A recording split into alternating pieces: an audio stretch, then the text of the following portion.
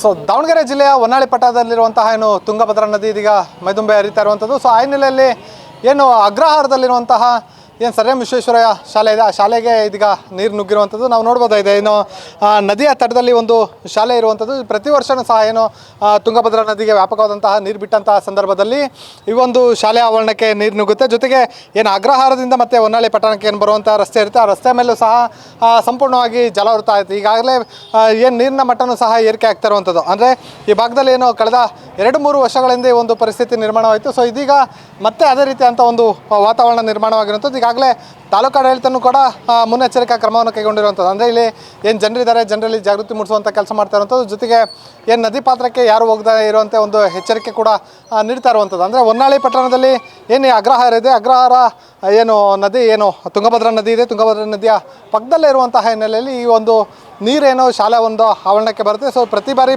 ಜಲಾಶಯದಲ್ಲಿ ನೀರಿನ ಪ್ರಮಾಣ ಜಾಸ್ತಿ ಆದಾಗಲೂ ಸಹ ಇದೇ ಒಂದು ಪರಿಸ್ಥಿತಿ ನಿರ್ಮಾಣವಾಗ್ತಾ ಇರುವಂಥದ್ದು. ಒಟ್ಟಿನಲ್ಲಿ ಏನು ತುಂಗಭದ್ರಾ ನದಿಯಲ್ಲಿ ನೀರು ಪ್ರಮಾಣ ಜಾಸ್ತಿ ಆಗ್ತಿದ್ದಂಗೆ ಏನು ಹೊನ್ನಾಳಿ ಪಟ್ಟಣದಲ್ಲಿಯೂ ಕೂಡ ಏನೋ ಒಂದು ಜಲ ದಿಗ್ಬಂಧನ ಉಂಟಾಗುವಂಥ ಒಂದು ಸಾಧ್ಯತೆ ಇರುವಂಥದ್ದು. ಜೊತೆಗೆ ಈ ಭಾಗದಲ್ಲಿ ಏನು ಶಾಲೆಯಲ್ಲಿ ನೀರು ಆವೃತವಾಗಿರುವಂಥ ಹಿನ್ನೆಲೆಯಲ್ಲಿ ಶಾಲೆಗೂ ಕೂಡ ರಜೆ ಘೋಷಣೆ ಮಾಡಿರುವಂಥದ್ದು. ಕ್ಯಾಮ್ರಾ ಪರ್ಸನ್ ಅಣ್ಣೇಶ್ ಜೊತೆ ಪ್ರವೀಣ್ ಬಾಡ, ಒನ್ ಕನ್ನಡ ನ್ಯೂಸ್, ದಾವಣಗೆರೆ.